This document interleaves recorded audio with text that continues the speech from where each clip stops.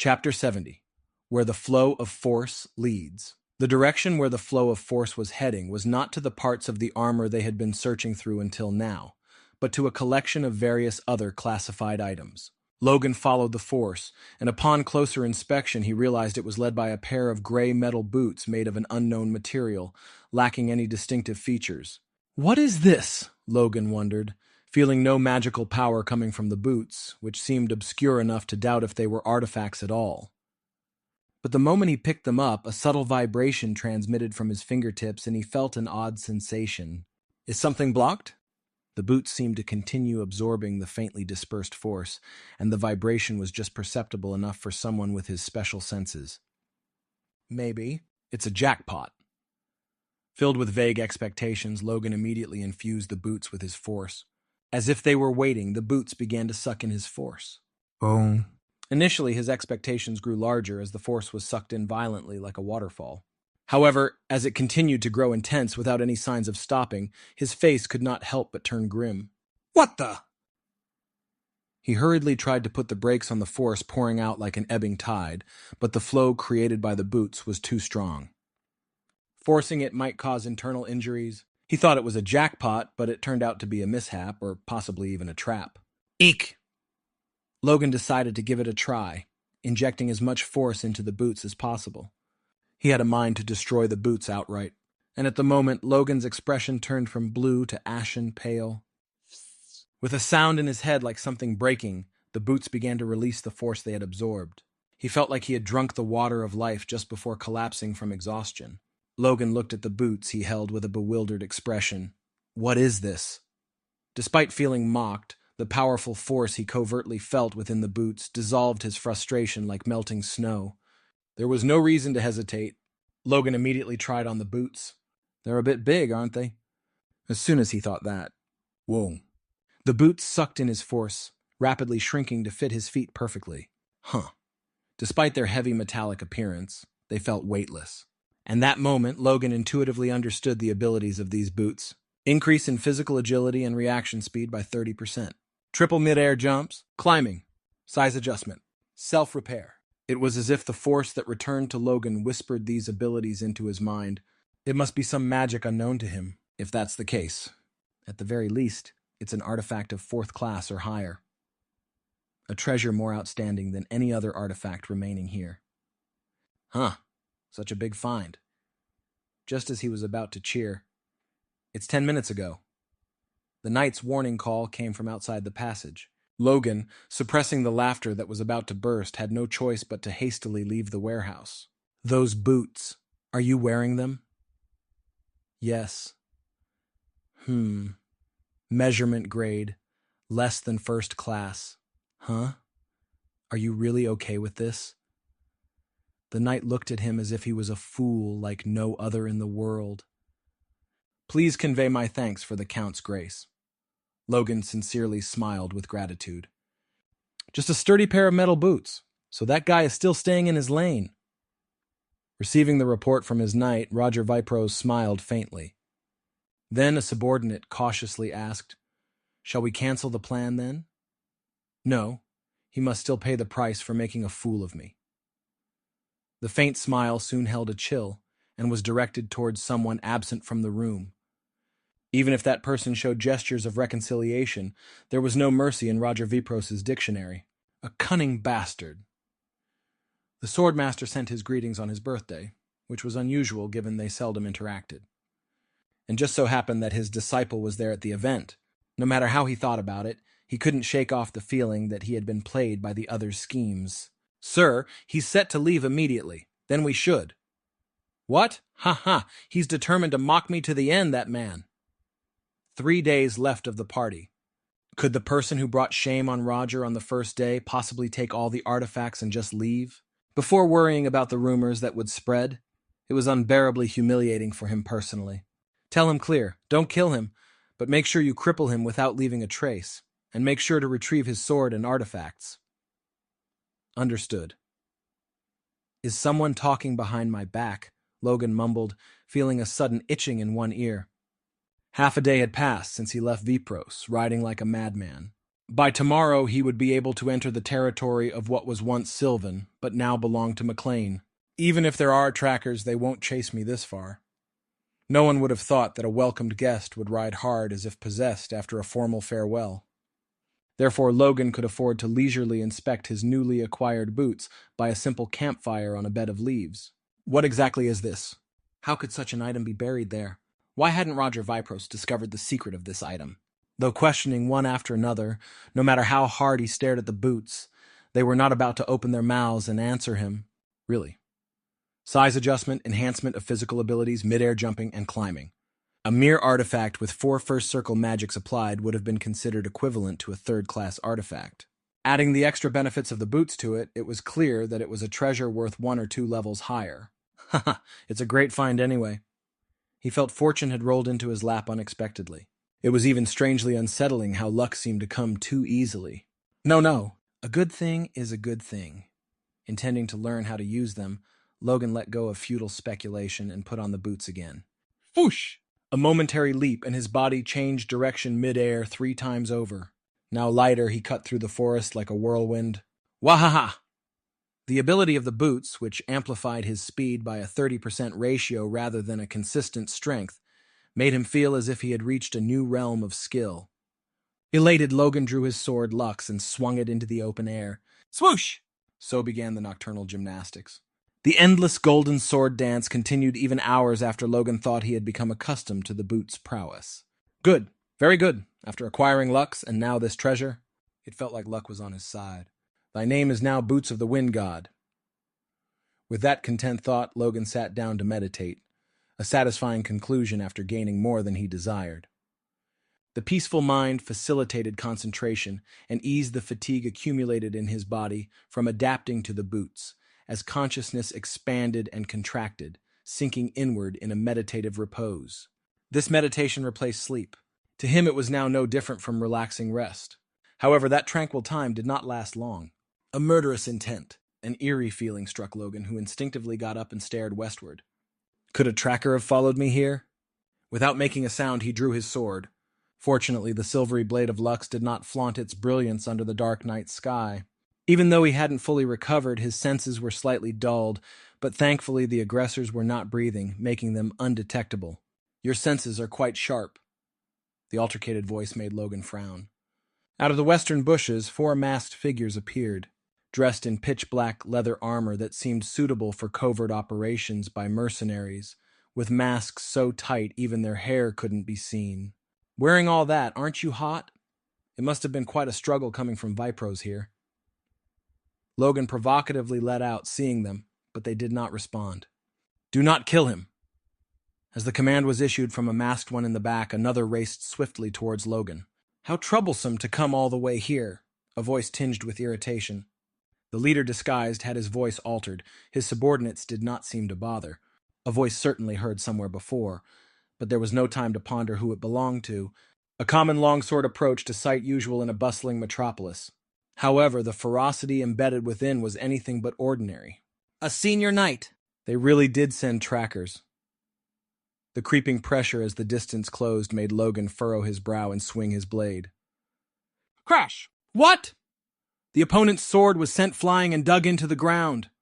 Logan immediately pursued the stumbling masked man and slashed decisively. They followed all this way. They must be dealt with when the opportunity arises. If the first to charge was a senior knight, the others likely were equal or even stronger. It was essential to reduce their numbers at this opportune moment. But, scrape! Ugh! The hopeful strike disappointingly did not reach its goal. As the sword flew, the off-balance knight simply rolled backward. Logan's expression twisted as he missed then. Seize him altogether! Sensing the unusual situation, the enemy leader shouted, and apart from himself, the other 2 masked figures rushed towards Logan. In that instant, a gust of wind arose around Logan's body. Clang! Clang! Boom! The explosion echoed through the tranquil night sky. Logan sequentially deflected the senior knight's strikes and easily parried the initial masked figure's follow-up attack. 3 senior knights who would normally have struggled to hold their ground. Matching them evenly was partly due to their restraint, but also thanks to the dramatically altered movement of his body. Definitely impressive. Even amidst a dire situation, Logan couldn't help but admire the boots of the wind god once again. A 30% sharper sensation and a 30% more agile body movement. That alone had increased his combat power by more than 1.5 times. Logan's already unmatched efficiency in his class had transcended grades with the boots addition. The knights could not help but feel the disparity. "Allow us to kill him! We can't manage with just us!"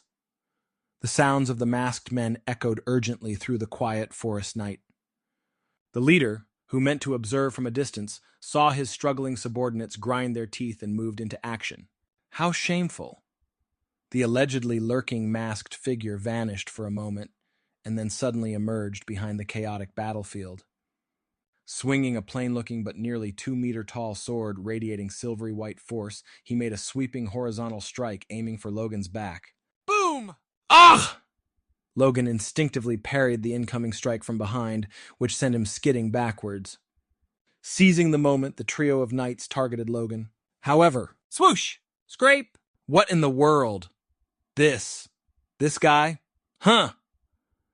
Logan's successive direction changes while stepping on thin air left the senior knight's attacks cutting nothing but empty space. Humph! After shaking off the shock, Logan sneered at the leader who had attacked him from behind. It seems the title Knight of Moonlight, Flance, was earned through surprise attacks. Curse it, for a supreme knight to come down to such dirty work like this. The anger-infused retort caused the dimly moonlit force blade to quiver slightly. Chut. Chapter 71. An artifact that not only conceals one's level, but even surpasses it in movement. Young Master Logan, you've been hiding some remarkable artifact. The voice wasn't strained or disfigured, but crisp and baritone. Moon Knight Flance had given up on hiding his identity. Hadn't he initially refrained from taking the lead because of his unique force? There was no need for denial now that the silver force blade had been revealed. That artifact can serve as the tuition fee. Is it inside your armor? Huh? Tuition fee? A lesson on the fearsome ways of the world, teaching a lesson to a noble young master who, with no fear, travels alone only to be robbed on his way home. Are you not ashamed of tarnishing the name of Moon Knight? I was so ashamed that I wanted the lesson to be harsh, but thankfully you've come to me from afar. A murderous intent vibrated in Flance's voice. Unlike before, surround him, so he cannot escape. With a low command to his subordinates, Flance immediately moved. Swish! An attack that seemed to claim the previous was mere courtesy, filled with the force to bisect the world at a diagonal. Using his enhanced physical ability, Logan narrowly dodged the blow. Just as he tried to retaliate by diving in, Logan rolled backward, feeling a chilling, murderous intent. Swoosh! The space where he had been was cleaved by a chilling sound and the silver glow that vanished. Logan, having narrowly avoided it, broke out in a cold sweat. A whip? Though it passed by in an instant, the elongated silver force blade seemed to have been whipped in a direction unrelated to the swing of the sword. As if to confirm that it wasn't an illusion, the whip-like silver glow occupied the space from all sides, targeting Logan's whole body. Crack! Swoosh! Boom! Coo! To fend off the relentless strikes was burdensome. Moreover, the blade of force extending over 2 meters from the tip of the sword unpredictably lashed like a whip. The swirled motions of the sword and force sped up, soon creating a phantom-like silver wave that enveloped the surroundings. A festival of silver from the sword rained down from the sky. One of the other masked individuals muttered in awe. Moonlight? Of course, Logan, at the center of the silver wave, was having a harrowing time. His mid-pressure sword had been useless so far. Gritting his teeth, Logan decided to draw upon all his techniques. Ha! Golden light flickered on Logan's sword, and soon 8 layers of golden waves crashed against the silver waves. Whoa! Roar! The golden wave, although not as intricate as the silver, engulfed the space with a force that pushed everything away. When the gold and silver forces collided, making a thunderous sound, dust scattered in all directions. Flash! Through the cloudy dust, a golden line momentarily flashed across the space. What was that? Wait, Lord Flance's force is unyielding. Even without the enemy's voices, Logan also felt it. Hidden within the dust, Logan's face paled with despair. Damn it! I can't feel anything. It's a failure. Using the first and second forms of the divine sword techniques, wave cutter and iron cutter, Logan had exhausted himself. Because of that, he couldn't clearly sense the direction of the killing intent pouring from the front. Ugh! Instinctively, he thrust his sword forward and threw his body back, the best improvisation he could muster at the moment. Bang! Ugh! But that wasn't enough to completely block the attack, and Logan, overwhelmed by the impact, rolled on the ground before barely getting up. Then, among the settling dust, the mask flew off, revealing Flance, his hair, irises, and even his skin flushing slightly red. It seemed that this rush wasn't due to injury, given his emanating presence. That was thrilling. If I had been careless, I would have been killed. Impressive. How did you manage that? Surely, that is not an artifact as well. Could it be the secret technique of the sword sage? He talks more than I thought. Huff. Cough! He took deep breaths and tried to compose himself with difficulty. Had he not had the boosted abilities from the Boots of Pegasus, the previous attack would have certainly spilled his blood. As expected, I'm still not a match for him. Knight of Moonlight Flance had already been a top-class knight for over a decade. Even though Logan had only recently reached the high-tier knight and did fairly well, it wasn't time to be satisfied. As if that would happen. What did you say? Spit, P2E. Spitting out the blood that had risen to his throat provided brief relief. Will you wait for one more secret technique of sword mastery? I'm still inexperienced, you see. His body exhausted, his force nearly depleted, and facing a more powerful enemy. He could only rely on bluster and luck, fortunately. Oh ho! Is that so? Very well, I'll indulge you. Show me, young master. The excited enemy displayed complacency or the height of arrogance. Good. The moment those words were uttered, Logan gathered all the strength in the tip of his sword. There was only one thing left on which to depend. The third form of the divine sword technique. Barely directing the newly learned mysterious form while reaching the high tier, now he thought, I can do this. Wung. As his muscles weakened and his force wavered, the formidable opponent gleamed in his eyes. It was the worst possible condition to concentrate. But he forcibly fixed his trembling arms and legs with force, drawing upon his last remnants of energy to follow the force pattern of the new technique. I'll rob you of the Boots of Pegasus and Lux without killing you. Be prepared! He fueled his malice by imagining what the Count of Bifrost would do, and that tactic luckily worked. Whoa. It took some time, but his force followed his will. The image he had built in his mind slowly gained substance. It's ready. The moment Logan gritted his teeth to swing his sword. He opened his eyes wide to see Flance had already closed in. Die! The sword precisely aimed for his heart. Damn it! As his heightened senses from the brush with death made him feel as though time slowed drastically, he finally saw a hole the size of a coin on Flance's right chest. A trace surely left by the recent iron cutter, and a trace of blood at his mouth. It brought more disappointment than a sense of achievement. This man. Logan realized that the flushed complexion and excited tone were in fact Flance's bluff at that very moment. His senses dulled, his grip weakened, his vision narrowed. Moreover, he took too long to respond to Logan's own bluff. The one fooled wasn't him, but me! As the adversary closed in, Logan's anger fueled the incomplete technique. Whoa. A 10-meter-high golden pillar suddenly arose above Logan's head. The moment a giant sword emerged with a width of over 1 meter. Within the momentarily heightened senses in the slowed time, he alone moved at normal speed. And Logan brought down that sword vertically. Die! Go to hell yourself! Roar! At the sight struck by the colossal sword, rumble. The ground shook as if an earthquake had struck, and the twilight of the waning moon was covered entirely by the rising dust. Sir Flance, Captain, wing, our horses! Find the captain first! As the senior knights babbled amidst the chaos, it took a bit of time for the dust to settle before they could find their captain. He sat helplessly next to the lengthy, gaping fissure in the ground. Cough! I've dodged it.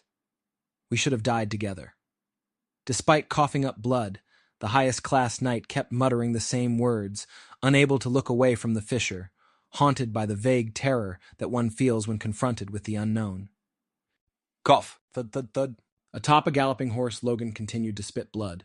Although he managed to flee by stealing the horses of his enemies, following the conclusion of battle, Nothing else could ease his regret. I could have killed him, Flens. He could have finished the enemy's top-tier knight if it weren't for the last sword strike that left his insides shaken. He couldn't help feeling the remnants of regret, but in a different perspective, that too was greed. If not for the boots of Pegasus, I would have died. Plus, because of his injury, Flance's strength had substantially waned. That's why it resulted only in internal turmoil. Nonetheless, next time, I will win. Even as a high-tier knight, he could defeat a top-tier knight. Considering the exponential difference in power as one ascends the tiers, this was an impossible feat. Yet, his techniques and treasures were powerful enough to make the impossible happen. Just having that assurance was of immense value. Feeling relieved by this thought, perhaps, Logan couldn't hold on to his fading consciousness any longer. Whang! Thump! A shadow tumbled amidst the dust raised by the horse running without its rider. What would have been a severe accident for an ordinary person, for the fallen rider, only a smile lingered on his lips. The MacLine territory was thrown into chaos. The Grand Duke's heir, who had departed for Bifrost, returned after 2 weeks without any message, and in the guise of a beggar, no less. Falling asleep on the horse and tumbling down, ha ha ha! While the young master laughed off the absurd excuse, no one dared to question him, excluding one person. You've abandoned the horse, but at least brought back the sword. Could I have just brought back the sword? I took it from them. Is this surely Bifrost's doing? Attempting to explain his acquisition of the boots of Pegasus and to brag, his father interrupted with a somber expression. Yes, I was prepared, but it was dangerous. They seemed to hold me in high regard. Having eyes and ears would make it natural. Anyway, I'm relieved you're back safe. Probably because of Master Sword Sage rather than me. Logan felt a slightly inflated sense of his father's pride, but that wasn't important for now. We can't lodge a formal complaint against Bifrost, right? That's right. Just endure it for now. Logan had been attacked by Knight of Moonlight, Flance, and 3 senior knights on his way back. If MacLine claimed as much, Bifrost would simply dismiss it. Where's the proof? How could Logan, barely 21, survive an attack by such a formidable force unscathed? Then they'd claim defamation and start an argument. Now was not the time for that. For now, I've attended the Count's birthday and left with a gift, so it would be difficult for them to pick a fight. Our family lacks strength, and you suffer humiliation. As your father, I'm ashamed to face you. There will come a day when I can repay that humiliation. Just do as you have been for me. Very well. I shall. I will not forget this matter. Watching his father grit his teeth and rally himself, Logan smiled inwardly. Yes, this is enough for now. Before the Civil War started, while the family continued to build strength, he had more things to do. I'll settle things with those guys first, and next. Logan's gaze turned toward the northeastern sky where the capital, Grand, was located. Episode 72. Hop! With a robust yell, a force of a fiery orange hue that differed from the usual red emitted from the tip of his sword, creating 2 layers of waves that cascaded forward. The range of the energy waves was a mere 2 meters. However, Quaguang, 3 training dummies made of ironwood were pulverized and scattered like dust, demonstrating the remarkable power of the attack. Hock, hock. But the look in the eyes of Logan MacLine, the man responsible for that spectacle, was far from satisfied. Staggering slightly, Logan steadied his breathing and lifted his sword once more. His brother's voice still echoed clearly in his mind. The war will be over soon. There's no need for you to join in. You still need to hone your skills. Times are uncertain. Never let your guard down and train hard. Because of those words, he hadn't been able to participate in the last war. Despite being a force user and even mastering that incredible secret technique, I can't let my brother treat me like a child forever. I'm a MacLine too. I'm the sword that will protect our family. The image of his brother returning home the day before yesterday, covered in dirt and looking miserable, surfaced in his mind again. He had said he fell off a horse while sleeping, but everyone knew that excuse was nonsensical. Logan might not understand the specifics, but he could guess the underlying reason. Our family still lacks power. He tasted a faint hint of blood as he bit his lip. His brother insisted he was doing well, but Ronyan could sense the urgency. At that moment, that repeatedly recited advice was heard from right behind him. "You're training hard, Ronyan. Take a break. I have someone to introduce to you, someone who will train with you from today." "Brother?" Turning around, he saw his brother's smiling face, and next to him stood a boy awkwardly touching a knight's armor engraved with a flame emblem, with blue hair and red and blue heterochromatic eyes. Even more distinctive than the red eyes of MacLine, it was impossible not to be drawn to him.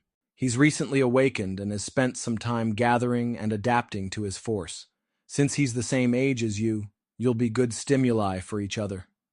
Pushed by his brother, the boy took a step forward with an awkward smile and bowed his head. "New night, Victor." The words seemed awkward even as they left his lips, causing a slight blush on his face. Same age and similar build. Even his height felt slightly shorter than the average 16-year-old. A force user, though. Ronyan was keenly aware of his own exceptional talents. And now to think someone his age was a force user, and with that distinct appearance, perhaps. Is he the one? The one brother brought back, the slave? Yes, he was a slave. I granted him his freedom as promised and even knighted him, so treat him with due respect. Of course, but training together means a duel. What else could it be? Even the composed Ronyan was surprised at this. His solo training wasn't without reason. He was far better than the average knight in swordsmanship, and even with force-enhanced intermediate knights, he could compensate for the difference in output with his skills. Hence he trained alone, fearing he might ruin the other knight's swordsmanship. If this boy's talent in swordsmanship was truly as great as his ability to wield the force, his brother seemed to answer the unspoken question with a smile. "Shall we have a light spar to start?" Ronyan had no reason to refuse. One guy's exhausted, and the other's still raw, so it seems like the perfect time for a match. I'll intervene if it gets serious, so go all out. Ready, begin. As his brother finished speaking, the awkward boy's eyes filled with fighting spirit. The moment Ronyan saw the boy's unique gray force, his own grip instinctively tightened. Thump. As the opponent's right foot stomped firmly into the ground, a wooden sword seemed to spring forth from behind his fully extended body. Although it felt less powerful than the weapon enhancements of an intermediate knight, the wooden sword bathed in a gray hue was intimidating enough by its force alone. The cruel intent of the sword mirrored a secret technique that had become a MacLine knight's specialty. Iron blood sword! Supposedly inexperienced, but that strike showed no sign of it. Whish! A gust passed over Ronyan's slightly lowered head. And then, I'll return the favor. A similar slash aimed at the opponent's waist swept forward.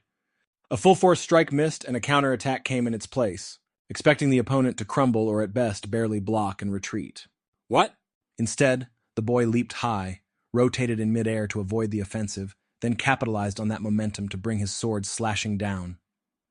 In the air? Jumping into the air during combat was foolish, exposing every vulnerability. No ordinary knight would ever do such a thing, but the timing here was too perfect. Eek! With all his might, Ronyan dodged the blow and swung his sword again. Boom! Bang! One wooden sword was sent flying into the air. Thump. Bang! Thud! Ugh.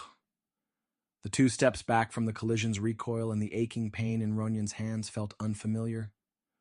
Yet the opponent, who had been knocked back even harder, managed to catch his own wooden sword on the rebound. He even accounted for that? The opponent's face was slightly pale, but Ronyan was not pleased. Even after just a few exchanges, it was clear to see. You're a monster. Puhaha, hey, pot, kettle. Ronyan's impromptu exclamation elicited a hearty laugh from his observing brother.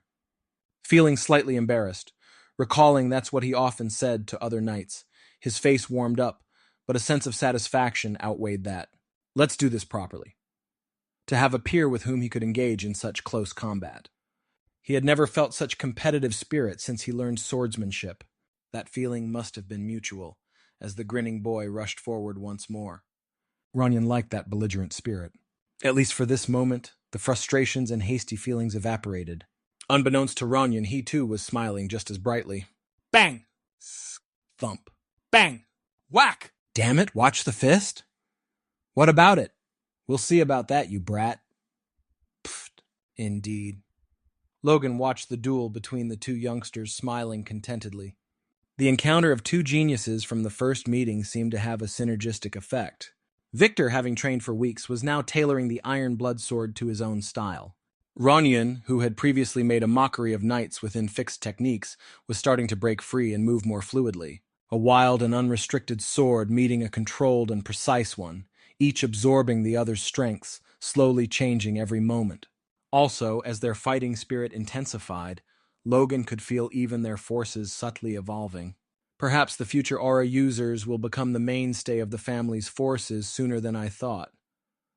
Those two, and Logan himself, and not to mention the knight trainees who were likely sparring this very moment, as well as more recruits to come with improved selection criteria. Assuming they could break away from the history of their previous lives, there were still 8 years until the Empire's wars. Yet there was a pleasing premonition that the MacLine family's future blades might be ready within 5 to 6 years. Logan had only one dilemma now. Should I teach Victor the secrets of the divine sword or not? Considering his father's case, existing knights couldn't grasp the essence of the divine sword even if they tried. But Victor, the one who could match or even surpass Ronyan's talent, could have a chance. And yet, can I truly trust him? Observing the slightly faltering Victor, Logan pondered deeply before reaching a decision. Her? Yes, she's that. Victoria walked toward the town hall, not yet used to it, as she heard whispers directed at her. Now, however, it was a trivial matter. She knew that most of those whispers were out of envy. Her brother's that slave who became a knight. Why does she still work as a maid? Don't know. Wants to repay kindness? Of course, there seemed to be a slight misunderstanding amidst the envious glances. No. She was filled with gratitude toward the noble master, now Logan, who had changed her and her brother's lives.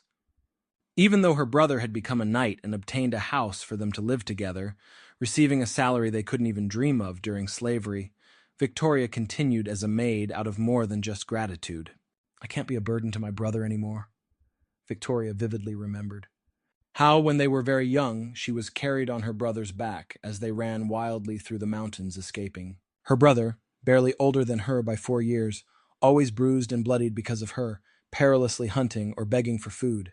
The nights she agonized in fear that her wounded brother might not wake the next morning. How often had that been? Almost glad to be caught by slavers, thinking now he wouldn't have to suffer, only to be proven naive, but fortunately finding hope in Logan. No longer tied down by a weak and insignificant sister, her brother's shining future was assured. That's what the knights meant to Victoria. I'm 13 now. I must do what I can. The thought often brought tears to her eyes, but she held them back. If rumors spread of her crying, her foolish brother would drop everything to rush to her. He might even end up in jail after a reckless stunt. Her brother must not afford that anymore with his current status. I too will become someone useful in this castle. I have to show that I can live even without my brother. It would give her brother the peace of mind to focus on his own path. Thus Victoria walked energetically toward her duties. However, I'm sorry. It's no longer possible.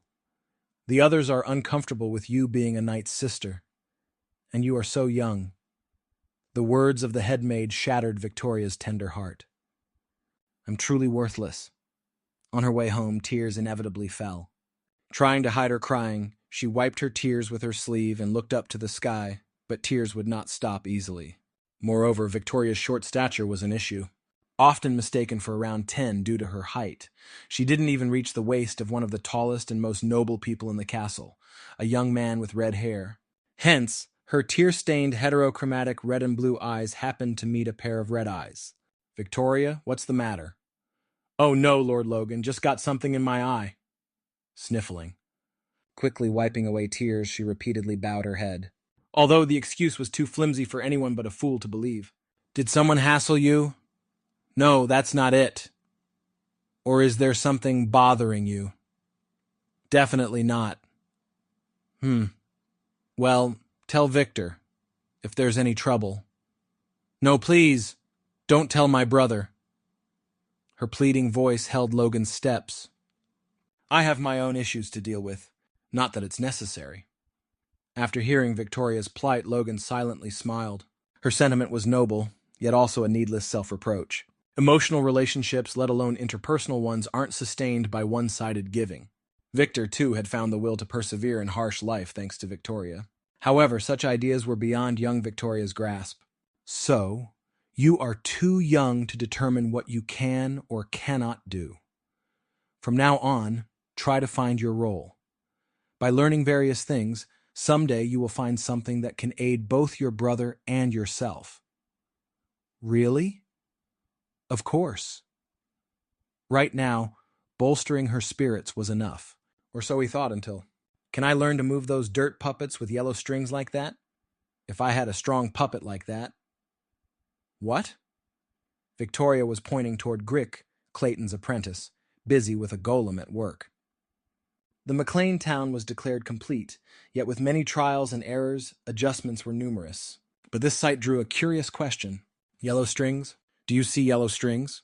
Tying the golem, well, that dirt puppet and the man? Yes. Could she see that?